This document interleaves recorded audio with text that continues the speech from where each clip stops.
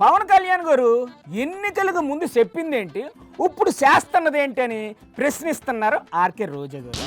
ఆయనకు పాలిటిక్స్ కంటే సినిమాలే బెటర్ అని ఓ సలహా ఇచ్చారు. నమస్తే మేడం. కూటమి ప్రభుత్వం అధికారంలో రావడానికి ముందు పచ్చపత్రిక ఈనాడులో వేసిన యాడ్ మీరు చూస్తుంటారు. అందరూ చూసాం కదా. సో అదే మేనిఫెస్టో ఉండాలి కదా ఈ రోజు అధికారంలోకి వచ్చాక. లేదా మరి దాంట్లో ఆడబిడ్డ నిధి కనిపించలేదు. ఎత్తేసాక ఇంకెక్కడ కనిపిస్తుందండి?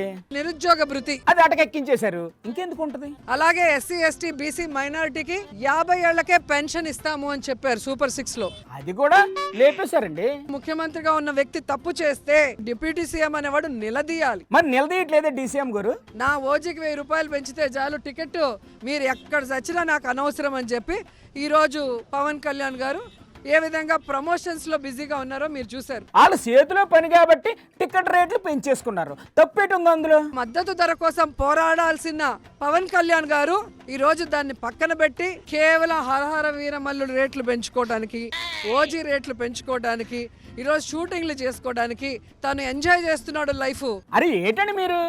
పవన్ కళ్యాణ్ గారు ఒక్కరే దొరికారా మీకు? లోకేష్ గారు పోరాడొచ్చు కదా, బాలకృష్ణ గారు పోరాడొచ్చు కదా.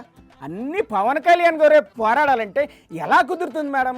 ఎన్ని పోరాటాలని చేస్తారు పాపం ఆయన. దేనికి ఈయనకి డిప్యూటీ సీఎం పోస్టు, దేనికి ఈయన రాజకీయాల్లోకి వచ్చాడు? రాజకీయాలు చేయడానికి వచ్చారు, మధ్య మధ్యలో సినిమాలు చేసుకుంటున్నారు మెయింటెనెన్స్ కోసం. అది కూడా తప్పేనా? షూటింగ్ చేసుకో, నీకెందుకు పాలిటిక్స్? షూటింగ్లు చేయాలన్నప్పుడు షూటింగ్లు చేసుకుంటారు, పాలిటిక్స్ చేయాలనుకున్నప్పుడు పాలిటిక్స్ చేస్తారు, అంతే.